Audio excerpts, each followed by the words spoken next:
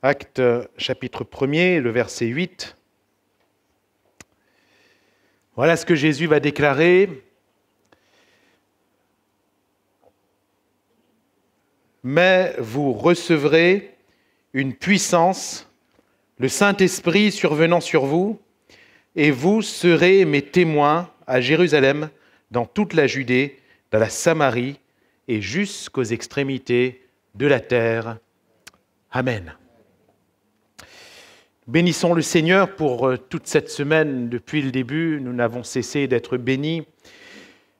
Pasteur Jonathan Danville a inauguré cette semaine en parlant, il a été très perspicace et pertinent dans ce qu'il a partagé, à savoir le plan de Dieu. Effectivement, nous ne pouvons pas parler du Saint-Esprit sans parler du plan de Dieu. Le Saint-Esprit nous est donné pour l'accomplissement d'un plan. Et si nous entrons dans le cadre de ce plan, alors nous pouvons pleinement prétendre à la puissance du Saint-Esprit. Le pasteur Michael Bottès a poursuivi en dépeignant cette facette tout aussi pertinemment du Paraclet. Ce que le Saint-Esprit nous a été donné avant de parler de l'accomplissement du plan par le Saint-Esprit, nous devons comprendre que le Saint-Esprit nous a été donné pour nous-mêmes, pour chaque croyant, afin que chaque croyant ait l'assistance nécessaire dans tous nos besoins, dans tous les domaines de notre vie, dans tout ce qui concerne la vie chrétienne. Nous avons besoin du Paraclet, nous avons besoin du Saint-Esprit. Le pasteur Cédric, hier, nous a, à juste titre également, rappelé que par le Saint-Esprit, c'est Dieu qui descend, le Père, le Fils et le Saint-Esprit. Et quand Dieu descend sur nous, alors nous sommes rendus capables de vivre toute l'étendue de cette vie qui nous a été donnée. Ce soir, j'aimerais venir sur cette puissance, et tout particulièrement cette puissance. Vous recevrez une puissance. Quelle est-elle ? Eh bien, cette puissance est la puissance du Saint-Esprit. Cette puissance, elle est surnaturelle. Et cette puissance nous est donnée pour nous permettre d'être. Bien sûr, sous-entendu d'être ce que nous ne pouvons pas être naturellement. Alors, vous recevrez une puissance. Je vais être assez tatillon et pardonnez-moi, je vais vous partager ma théologie, ce qui ne va pas contredire, bien sûr, ce qui est communément partagé, mais j'aimerais quand même, dans le détail, spécifier un fait qui me semble très important pour comprendre le Saint-Esprit. Le texte nous dit ici, vous recevrez une puissance, virgule, le Saint-Esprit survenant sur vous.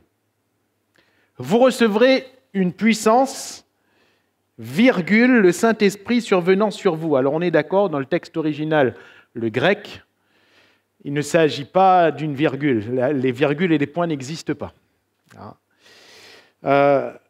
Mais pourquoi M. Louis II, qui a traduit la Bible que nous avons le plus communément dans nos assemblées, pourquoi a-t-il mis une virgule ? Eh bien, laissez-moi vous dire qu'il a intentionnellement séparé le mot « puissance » de « Saint-Esprit ». Et c'est intentionnel, ce n'est pas hasardeux. Est-ce qu'il a eu une mauvaise appréciation du sens de la phrase originale ? Parce que quand Paul dit que toute écriture est inspirée de Dieu, rappelons bien qu'on parle ici des lettres originales. Voilà pourquoi il faut beaucoup prier pour ceux qui traduisent la Bible, parce que le but étant de nous le rapporter le plus fidèlement possible. Monsieur Louis II, donc, a séparé. Pourquoi ? Pourquoi ?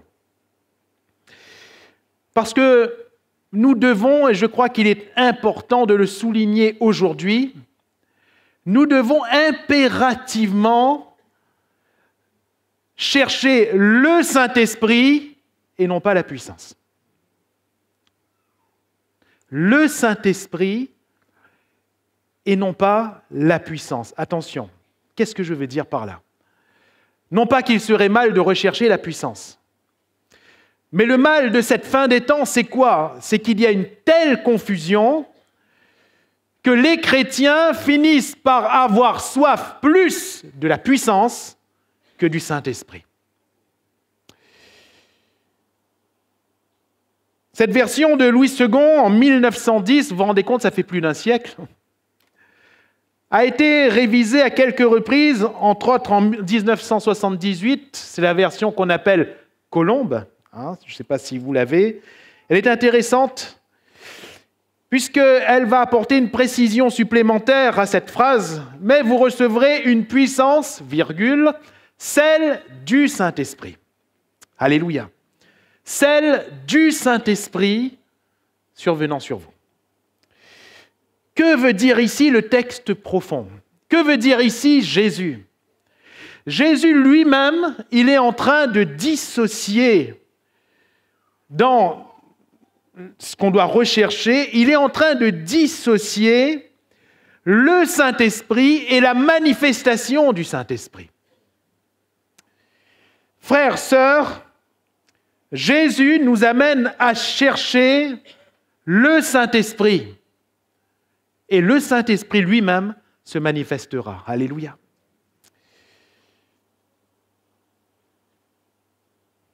J'aimerais vous donner un exemple, afin que nous comprenions cette différenciation.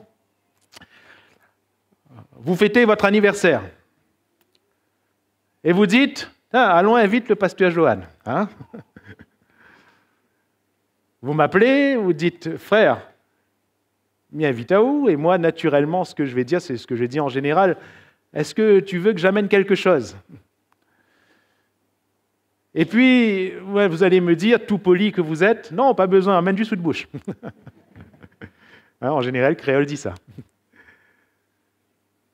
Et moi, je vais vous poser des questions, entre autres, vous avez tout ce qu'il faut, est-ce qu'il y a un gâteau ? Ah, il n'y a pas de gâteau, ben j'emmène le gâteau. J'emmène le gâteau. Et vous êtes content, le frère emmène le gâteau. Qu'est-ce que vous allez en conclure ? Qu'est-ce que vous allez dire aux membres de votre famille après avoir raccroché avec moi ? Inquiète pasote, le frère Ilan, il vient, et avec lui, le gâteau aussi, il vient. Est-ce que ça veut dire que c'est le frère Ilan le gâteau ? Non, le frère Ilan, ce n'est pas le gâteau. Il y amène le gâteau. Mais en invitant le frère Ilan, ça n'aura le gâteau. Et si le frère Ilan ne vient pas, ça n'aura pas le gâteau. Ou il faudra que vous s'arrodiez vous-même. Mais comme le frère Ilan l'a dit, il va emmener le gâteau, c'est qu'il a la capacité de prendre le gâteau et d'amener. Quand Jésus dit ici, vous recevrez une puissance quand le Saint-Esprit viendra, il est en train de dire une simple chose. Permettez au Saint-Esprit de venir et la puissance viendra. Vous aurez la puissance, celle du Saint-Esprit. Celle du Saint-Esprit. Dans tous les textes bibliques, je les ai un peu recensés, je ne les citerai pas tous.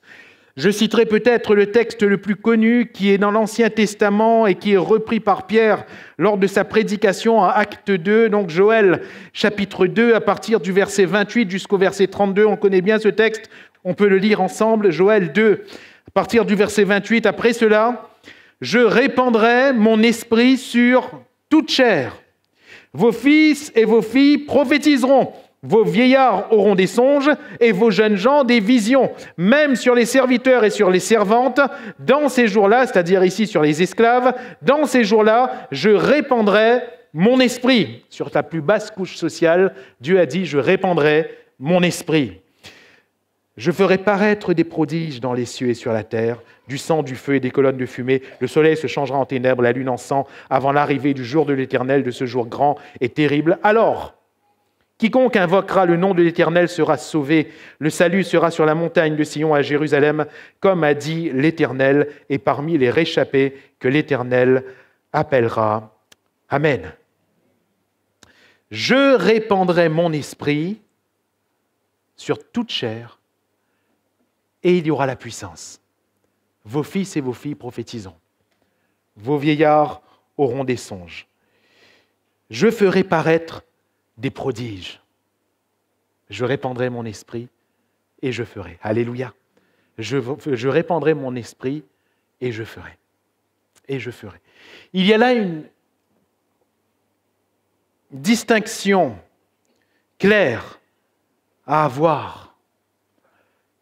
Tout cela pourquoi ? Pour préciser quoi ? Frères, sœurs, de dire que le Saint-Esprit est une puissance, ce n'est pas faux en soi. Ce n'est pas faux. Mais de rechercher la puissance en disant que c'est ça le Saint-Esprit, c'est une grosse fausseté. Car ramener le Saint-Esprit à une simple puissance, ou devrais-je dire, ramener le Saint-Esprit à une simple puissance impersonnelle, nous amène dans une hérésie certaine.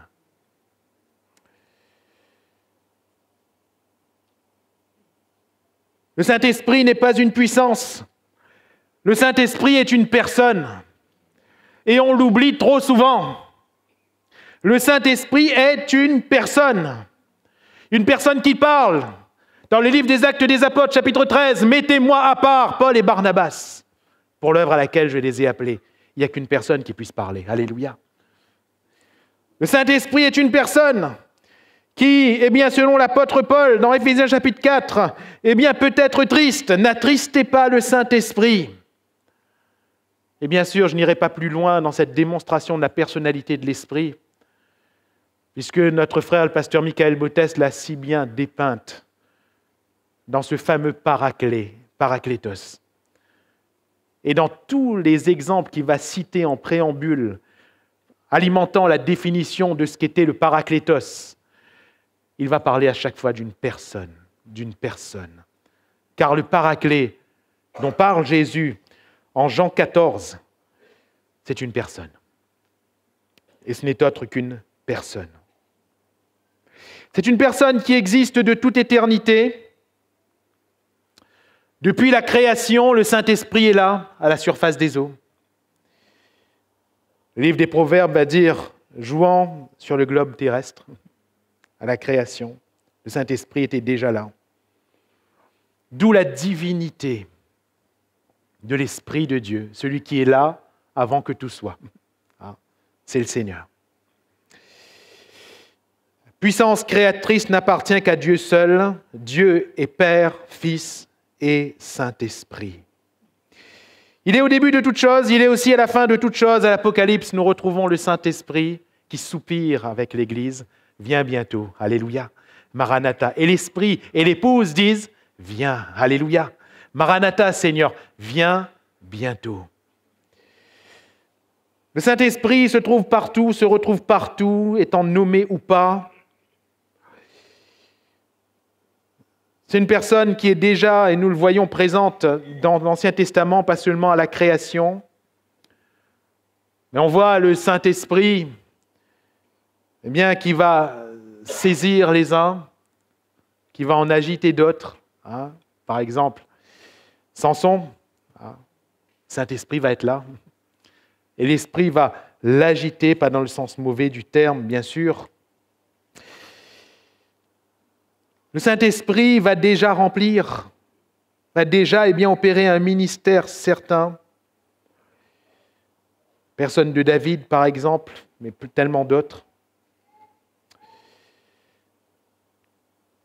Ainsi, si le Saint-Esprit est déjà présent, mais de manière quand même assez mystérieuse, non pas que le Saint-Esprit soit mystique, pas du tout, mais très peu défini comme tel. On n'arrive pas à franchement mettre des mots. On n'arrive pas à franchement faire des phrases.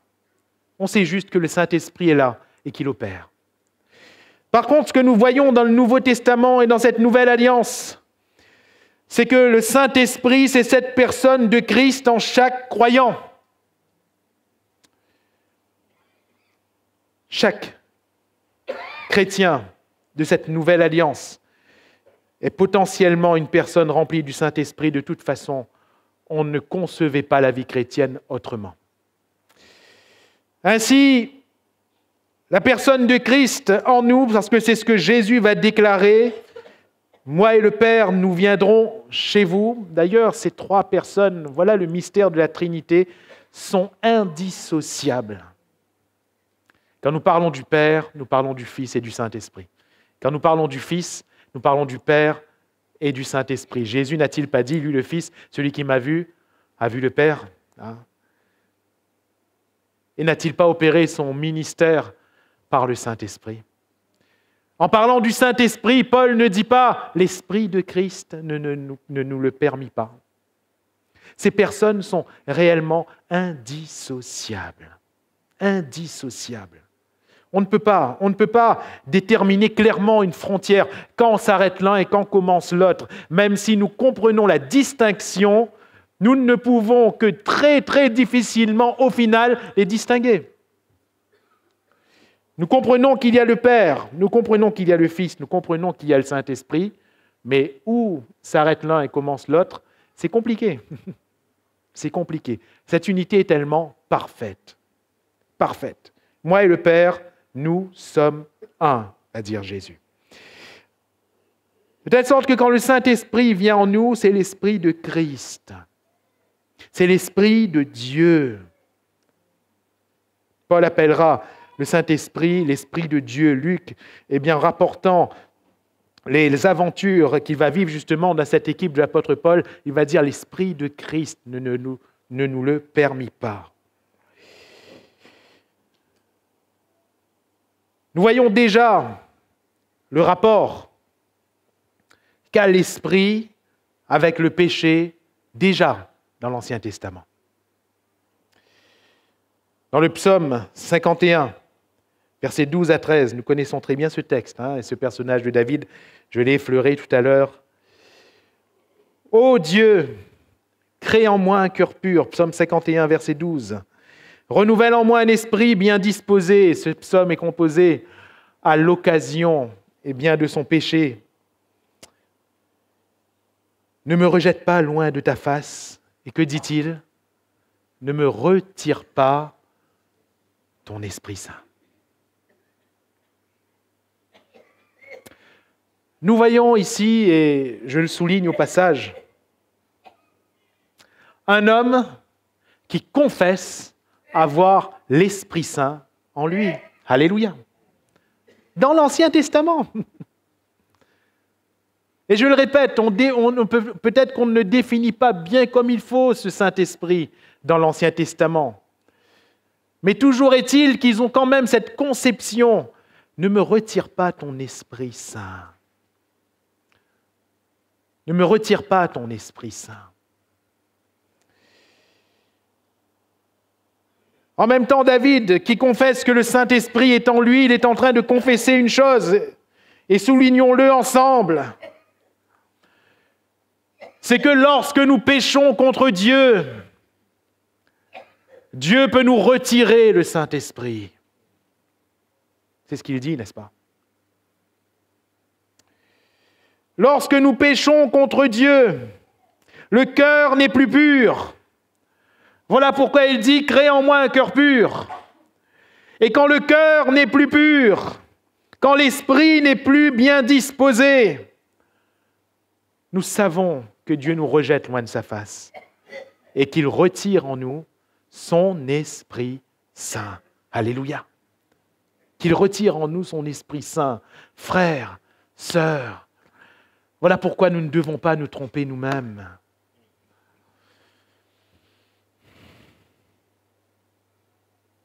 Combien aujourd'hui pensent qu'ils peuvent vivre dans le péché et garder le Saint-Esprit? Combien aujourd'hui conçoivent cette hérésie, que le péché étant là, le Saint-Esprit reste. Ils n'avaient pourtant pas une claire définition du Saint-Esprit, comme Jésus va l'apporter dans son enseignement, comme les apôtres vont enrichir en termes d'enseignement. Ils n'ont pas toute cette conception. Cependant, ce David de l'Ancien Testament va dire, quand il a péché, « Ah Seigneur, ne me retire pas ton Esprit Saint !» Frères, sœurs, quand nous vivons dans le péché, quand nous commettons quelque abomination devant Dieu, l'Esprit Saint n'est plus là. Il ne s'identifie pas avec le péché. Il ne peut pas être d'accord.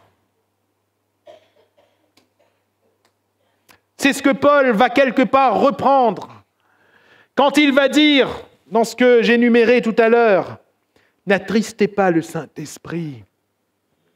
Pourquoi ? Parce que quand on l'attriste, il s'en va.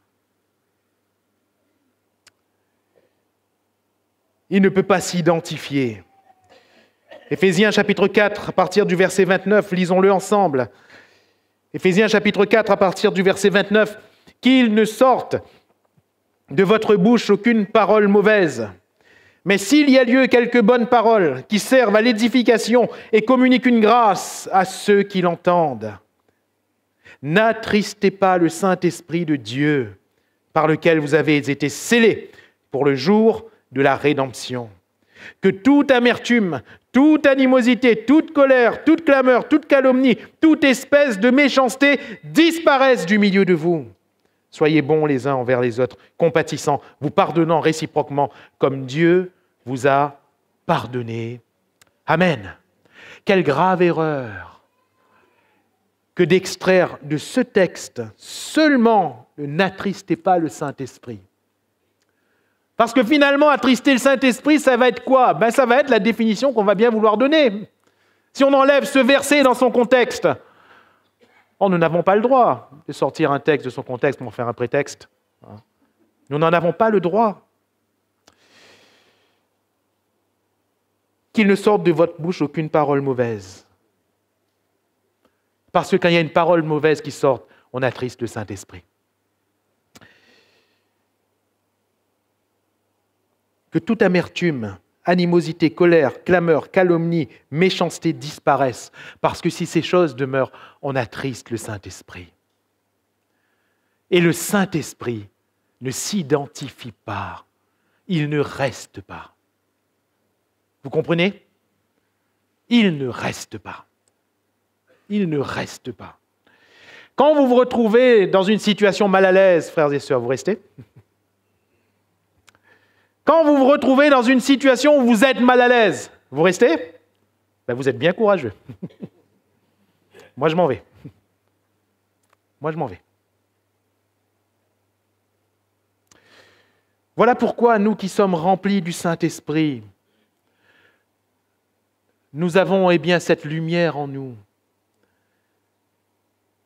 qui va faire que dès lors qu'une mauvaise parole va sortir, la tristesse gagne déjà.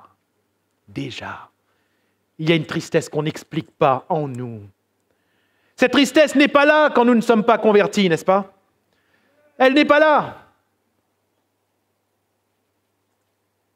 Quand nous ne sommes pas convertis, on peut insulter. On peut dire à notre prochain, sorte, oh là. On peut sortir toutes sortes de paroles mauvaises. On s'est défendu peut-être. Nous, comme dit Créole, on a donné la bouche. Et on s'en va, on est à la limite content. Mais pourquoi, quand on est rempli du Saint-Esprit, il y a une tristesse ? C'est parce que ce n'est pas nous qui sommes tristes, c'est le Saint-Esprit qui est triste. Et cette tristesse ne fait que émerger en nous. Si nous refoulons cette tristesse, si nous faisons taire cette tristesse, c'est comme si que nous disions à l'Esprit, prends tes affaires et sors s'il te plaît. Sors. Sors. N'attristez pas le Saint-Esprit. Voilà pourquoi nous, enfants de Dieu, quand on vient nous chercher, nous susciter querelle, quand on vient nous dire des paroles mauvaises, à cause de l'Esprit de Dieu, on ne répond pas. On ne répond pas. On est toujours plein de bonté, toujours plein de douceur, toujours plein de maîtrise de soi. Et s'il faut tourner le dos pour ne pas répondre, on préfère tourner le dos. N'attristez pas le Saint-Esprit. Alléluia. N'attristez pas le Saint-Esprit. Combien de fois, humainement parlant, on est rentré chez nous, on dit « mais il aurait dû répondre quand même. Hein?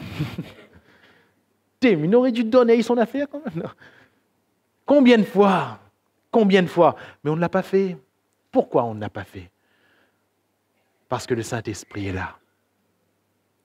Et on sait qu'on l'attriste. On sait qu'on l'attriste. Vous recevrez une puissance quand le Saint-Esprit viendra. Alléluia. Mais c'est quand le Saint-Esprit viendra. Sinon, vous n'aurez pas de puissance. Quand le Saint-Esprit viendra. La personne du Saint-Esprit. La personne du Saint-Esprit. Comment puis-je énumérer quoi que ce soit au sujet de la puissance si nous ne mettons pas en valeur la personne du Saint-Esprit? Cette personne est merveilleuse. Alléluia. Cette personne est merveilleuse. C'est lui que nous devons chérir. C'est lui que nous devons affectionner dans notre cœur.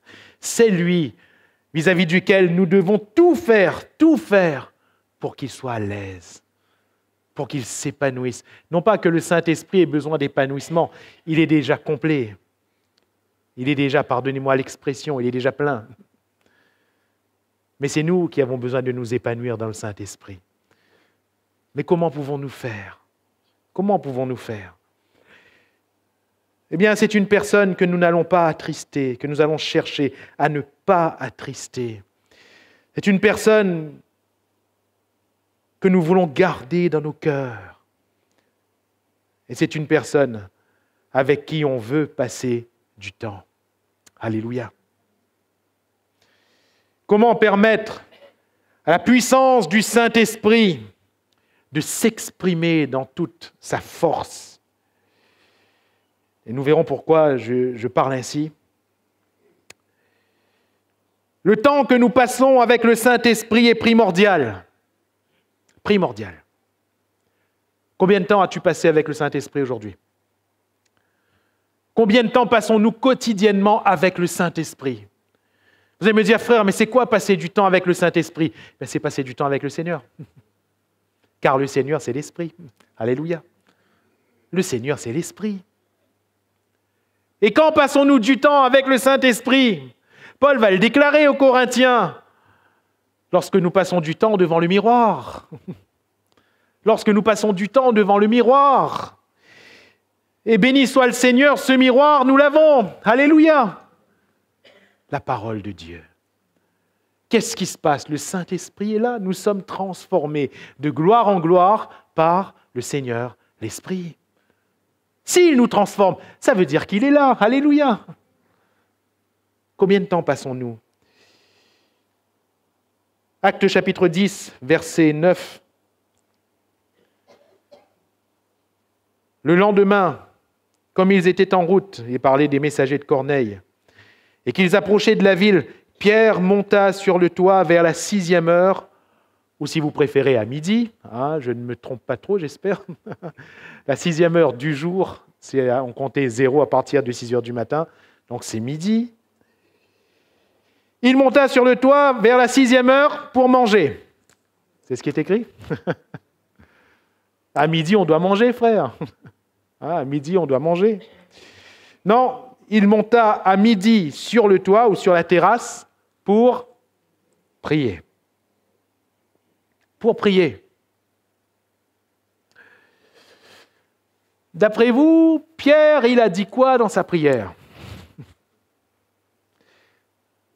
À chaque fois que je vois quelqu'un qui prie, je ne sais pas si vous êtes comme moi, qui prie dans le Nouveau Testament, même Jésus, je suis curieux de savoir ce qu'il a dit dans sa prière. Je suis curieux de savoir. Un jour, les disciples vont dire à Jésus, « Jésus, montre-nous comment il faut prier. » Ou si vous préférez, prenons la chose de la manière la plus humaine possible, montre-nous ce qu'on doit dire quand on prie. Jésus ne va pas montrer ce qu'il faut dire.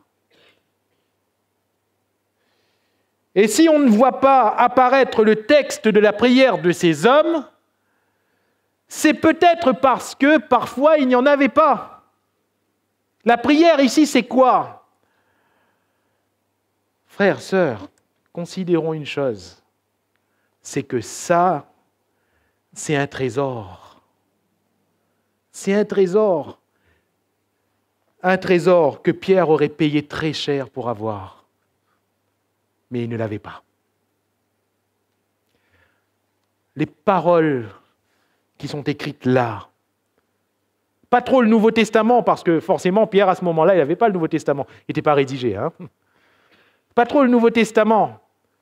Mais l'Ancien Testament, Pierre l'avait là et là. En bon juif, il l'avait là et là. Donc, quand il est dit qu'il montait sur le toit pour prier, très, très vraisemblablement, il montait pour méditer avec ce qui était présent là et là. Il passait du temps dans la parole de Dieu. Très vraisemblablement, certains exégètes s'accordent pour dire que là où nous avons la facilité de prendre ce livre, de l'ouvrir et de dire « il est écrit ». Ces premiers chrétiens illettrés pouvaient dire « il est écrit » parce qu'ils passaient du temps, les yeux fermés, dans la présence de Dieu. C'est fort. C'est fort. Il monta donc sur la terrasse pour prier. On lit la suite. Il eut faim.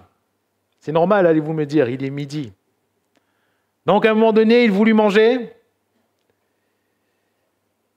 Mais pendant qu'on lui préparait à manger, Pierre n'a pas descendu à la cuisine et dit « il sent bon ». Pas dit que ça vous fait cuire. Vous me mis à joignon pour vous. Pierre, il n'a pas dit ça. Il n'a pas fait ça. Il n'est pas descendu dans la cuisine. Il n'a pas dit, t'es mal à la fin, en attendant, on prépare à manger. Que ça n'en a, là, un cacahuète, rien. Un petit apéritif. Même pas. Même pas. Qu'est-ce qu'il fait, Pierre?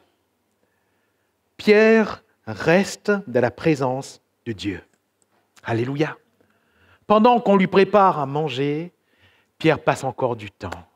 Il se dit, j'ai encore du temps, j'ai faim, je veux manger, mais le repas n'est pas prêt. J'ai encore du temps. Seigneur, ce temps, il est pour toi encore. Alléluia. Et c'est dans ce temps bonus, dans ce temps supplémentaire, qu'il a la vision qu'il a. Vous êtes d'accord avec moi? La vision qui suit vient dans ce temps bonus.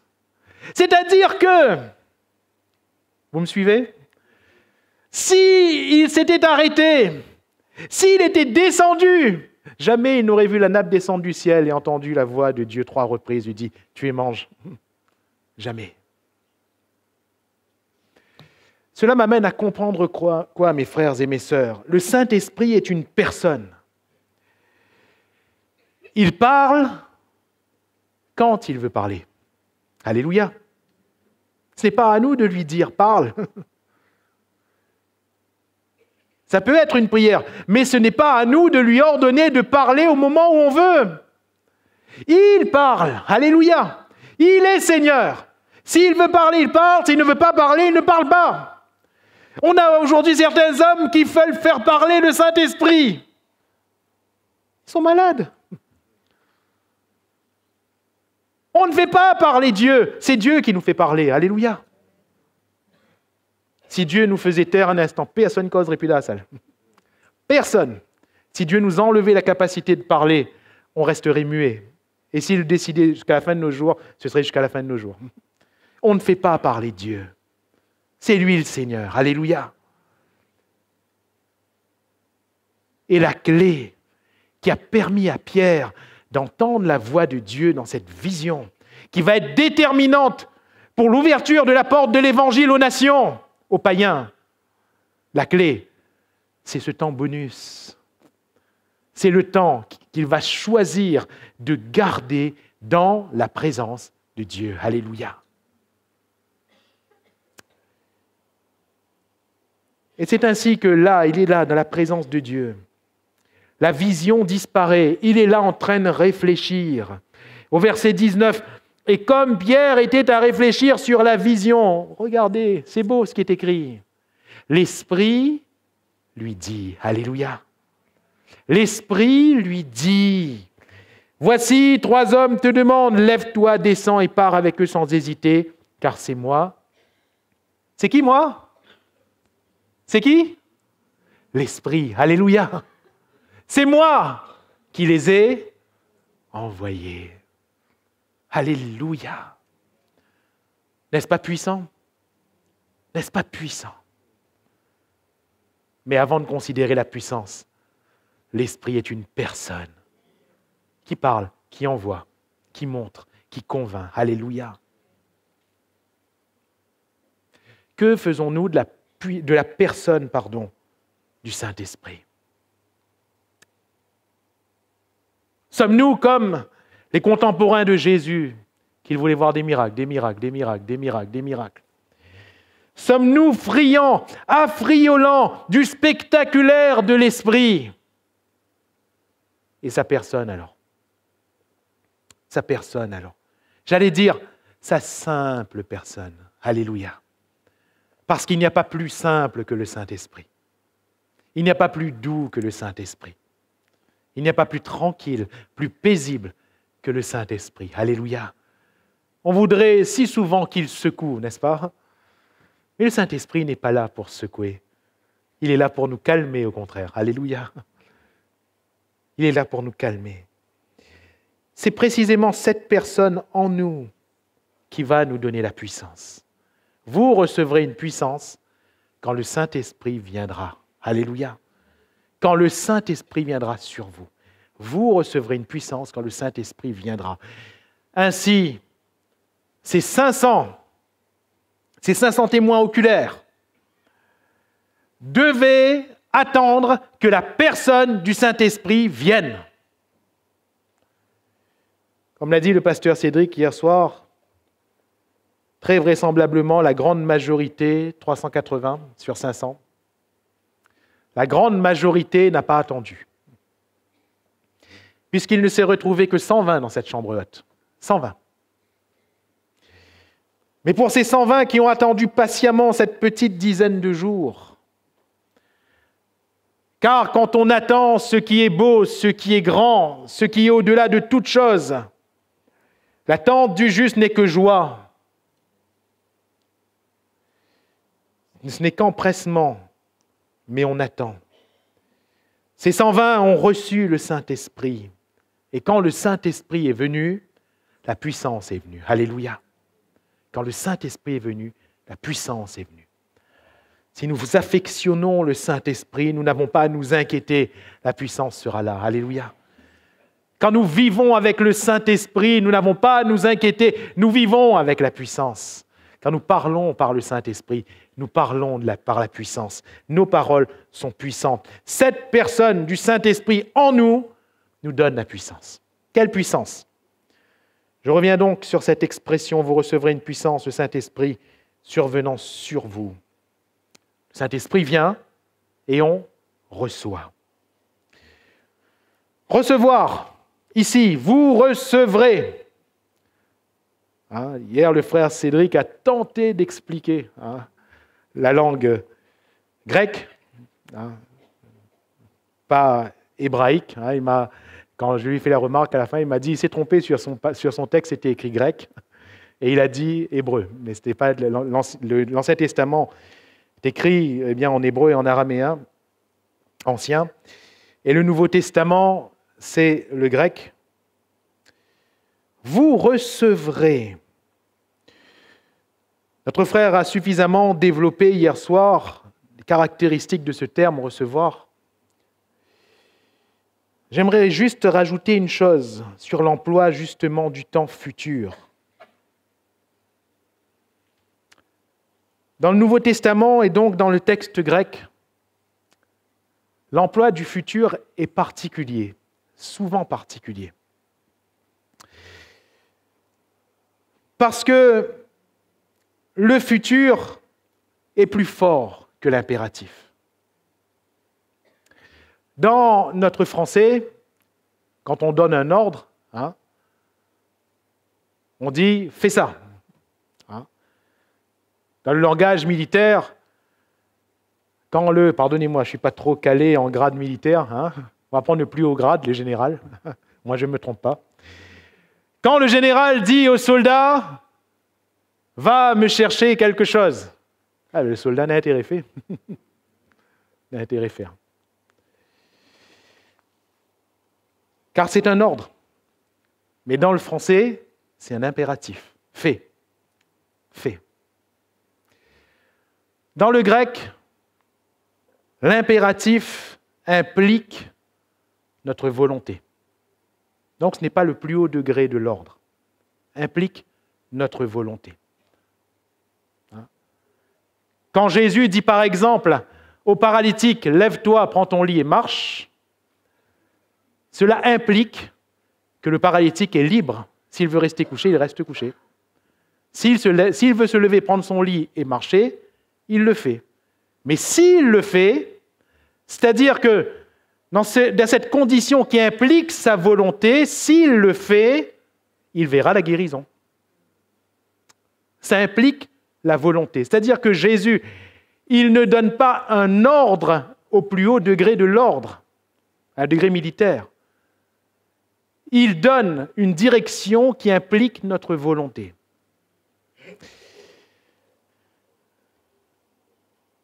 À quel moment l'ordre devient ordre plus haut point, l'équivalent de notre impératif français, les paroles d'un général à un soldat, c'est justement quand le futur est employé. Par exemple, les commandements. Jésus dit, vous avez entendu qu'il a été dit, tu ne tueras point. Futur. Mais là, par contre, c'est un ordre. Tu ne tueras point. Là, couvez pas. C'est un ordre. Tu ne tueras point. Tu ne parjureras point, etc., etc. C'est un ordre. Futur. Ici, vous recevrez une puissance. Futur. Jésus nous demande, ordonne, de recevoir la puissance, celle du Saint-Esprit. Alléluia.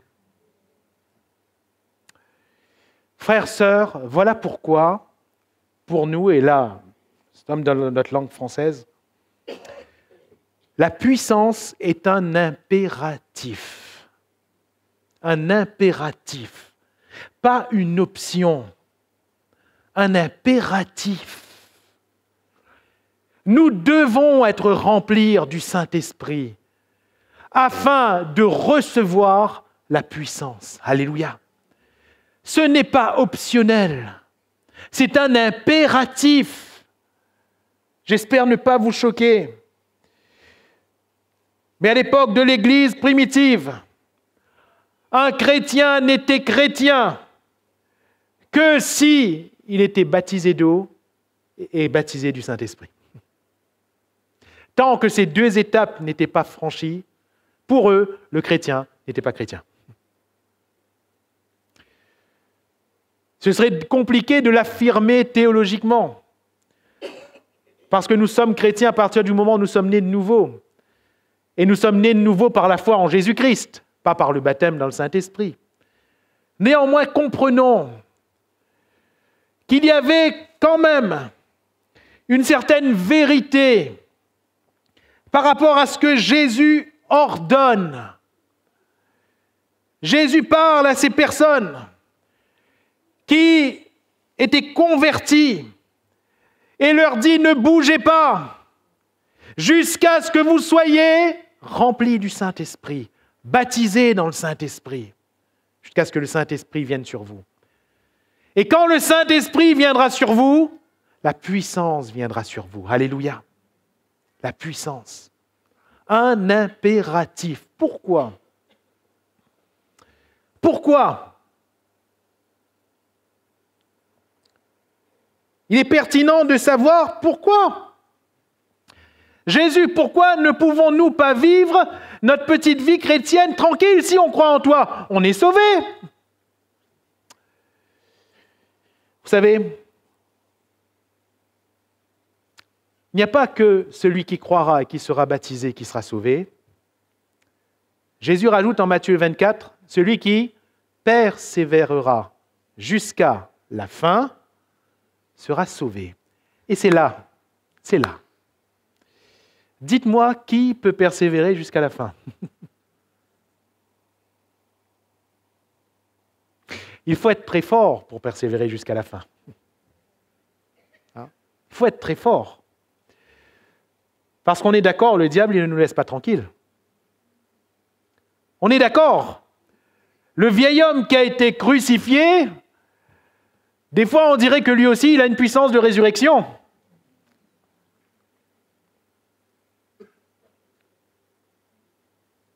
Tous ces attraits de la vieille nature, du vieil homme, de la vieille femme, frères, sœurs, dites-moi franchement, ne reviennent-ils pas vite? Même très vite? La colère qu'on a abandonnée et qu'on a juré de ne plus reprendre. Quelques minutes. Quelques minutes chrono. Et ça revient plus vite qu'on l'a chassé. Nous avons besoin de puissance. Comprenez que ce n'est pas tant la puissance pour faire des choses, mais c'est la puissance premièrement pour nous.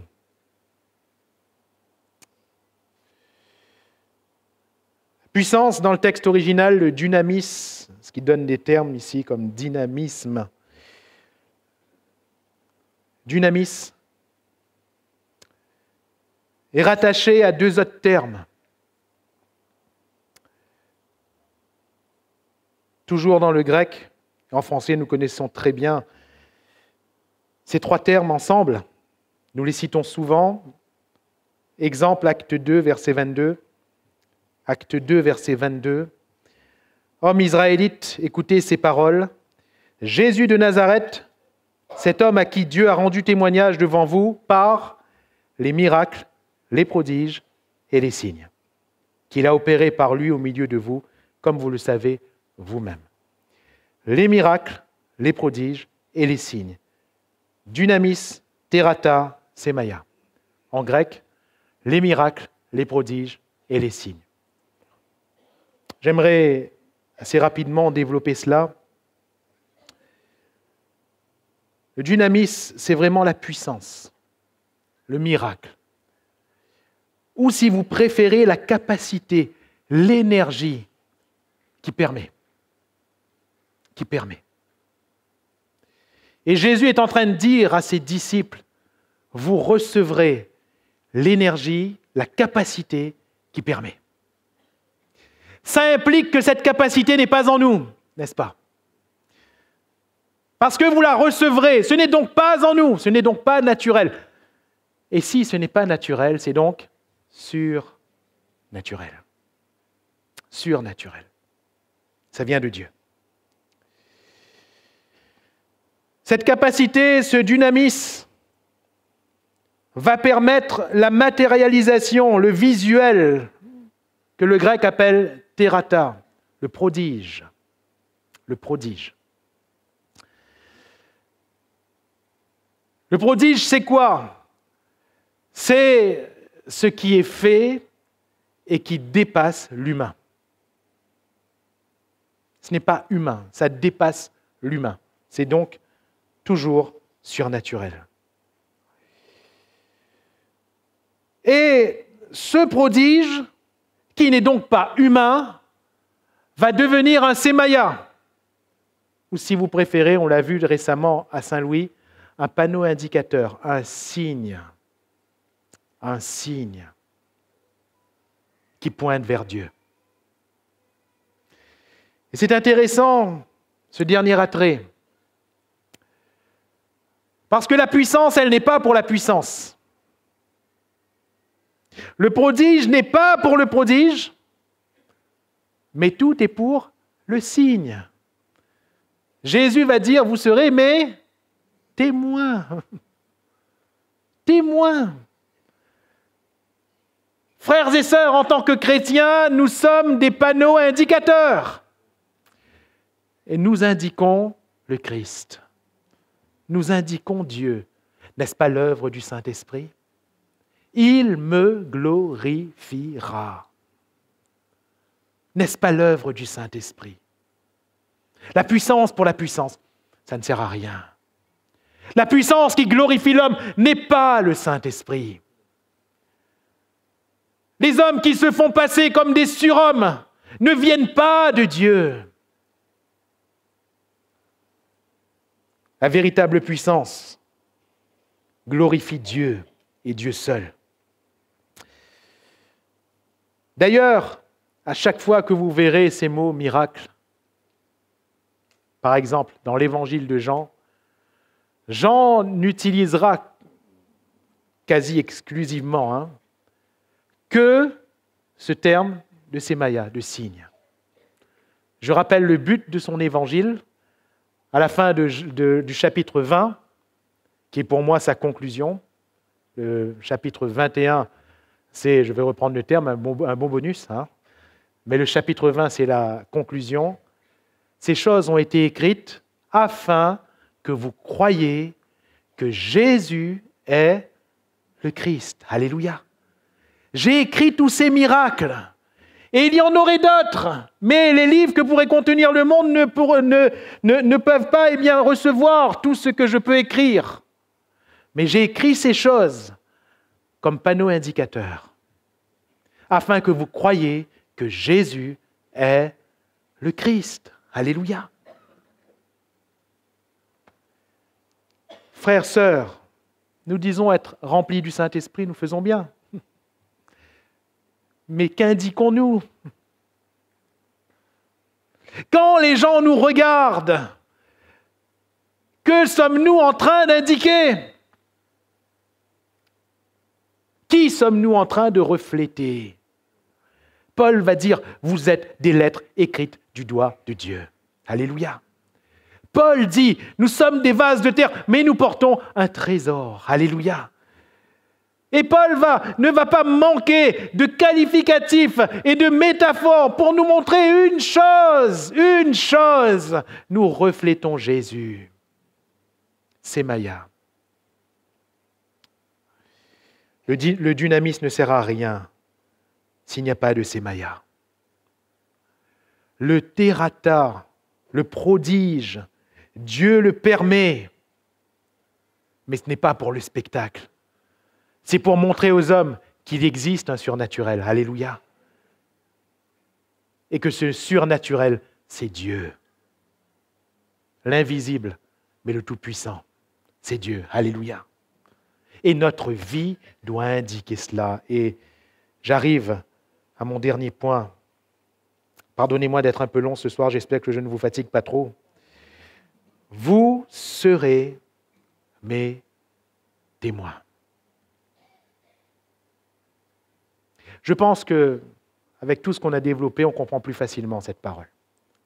Vous serez mes témoins. Vous noterez avec moi encore le futur, n'est-ce pas? Vous vous rappellerez? Le futur, vous serez mes témoins. Frères, sœurs, ce n'est pas une option. Ce n'est pas si je veux. Non, ce n'est pas si je veux. Vous serez mes témoins. On doit le prendre comme un ordre, au plus haut point de l'impératif. Vous serez mes témoins. Quand je me lève le matin, mon but, mon essence, c'est d'être un témoin. Alléluia. Pas témoin dans le sens où parler de Jésus à tout va. Nous devons parler de Jésus, mais ce n'est pas ça être témoin. Ici, dans le contexte, être témoin, c'est être le miracle de Dieu. Refléter la puissance de Dieu. Parce qu'il n'y a que le surnaturel de Dieu qui me permette d'être cette nouvelle créature en Jésus-Christ. Celui qui est en Christ est une nouvelle créature et notre frère nous l'a rappelé, nous avons été transformés par le Saint-Esprit. Et si nous sommes remplis du Saint-Esprit, nous pouvons vivre cette transformation. Alléluia. Nous pouvons la vivre et la tenir jusqu'au bout. C'est-à-dire que nous pouvons veiller sur nos paroles, nous pouvons veiller sur nos actions, nous pouvons veiller sur toutes ces choses naturellement, parce que c'est la vie qui nous a été donnée. Alléluia. Ou devrais-je plutôt dire surnaturellement. Si nous sommes remplis du Saint-Esprit, nous sommes des miracles ambulants. Si nous sommes remplis du Saint-Esprit, nous sommes des prodiges. Nous n'avons pas nécessairement besoin de faire des prodiges. Nous sommes des prodiges de Dieu. Alléluia. Les gens, nous regardant, pourront dire, « il a changé. Il n'était pas comme ça avant. Et comment ça se fait qu'il buvait avec nous avant? Et comment ça se fait qu'il ne boit plus maintenant? Quel traitement tu as suivi? » Je n'ai pas suivi de traitement. « Mais comment ça? C'est impossible !» Non, je n'ai pas suivi de traitement. J'ai rencontré Jésus. Alléluia. Miracle. Tu as arrêté de boire du jour au lendemain? Oui, du jour au lendemain. Mais comment est-ce possible? Tu as arrêté de fumer, mais la cigarette, ça ne s'arrête pas comme ça. Combien de patchs tu as utilisé? Je n'ai pas utilisé de patch. Mais tu as utilisé quoi? Mais j'ai rien utilisé. Mais comment ça se fait? La puissance de Dieu. La puissance de Dieu. Le dynamis. Vous recevrez une puissance. Alléluia. Et vous serez, alléluia. On n'a pas besoin de jouer un rôle. Vous serez mes témoins. Vous serez mes témoins.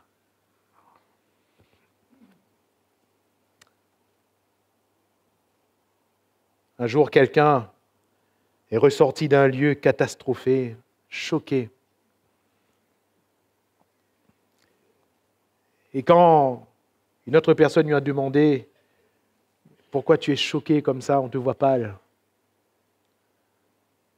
Il a dit « Parce que cette personne qui nous rend témoignage, qui nous dit être chrétienne, nous on a cru jusqu'au bout. » Et un jour, alors qu'il se trouvait, parce que c'était des collègues de travail, dans le bureau d'à côté, pensant qu'il était seul, on a entendu son langage et toutes les paroles sales qui étaient dans sa bouche. Et tout le monde en a rougi. Tout le monde. Tout le monde. Et certains ont même dit, finalement, il est comme nous. Il est comme nous. Vivons-nous la puissance? Vivons-nous cette puissance? Vous serez mes témoins, frères, sœurs. Voilà pourquoi nous devons vraiment prendre au sérieux les choses de Dieu. Ne pas chercher forcément les miracles. Oui, nous verrons des miracles et nous ferons des miracles, car Dieu est vivant. Alléluia. Nous les voyons tous les jours au milieu de nous. Nous entendons tous les jours que la puissance de Dieu se manifeste dans la vie de l'un par une guérison, dans la vie de l'autre par une délivrance, dans la vie de chacun par le salut de Dieu. Nous l'entendons. Mais vivre la puissance de Dieu, vivre véritablement la puissance de Dieu, c'est beaucoup plus que de voir du spectacle. C'est beaucoup plus que d'être soi-même des artisans de spectacle.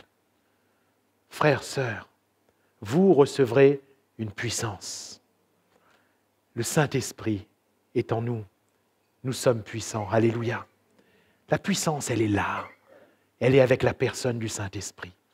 Et si nous avons le Saint-Esprit en nous, si nous aimons le Saint-Esprit en nous, si nous affectionnons le Saint-Esprit et les choses de l'Esprit, frères, sœurs, la chair n'aura plus de pouvoir. Nous serons véritablement et authentiquement des témoins de Jésus. Alléluia.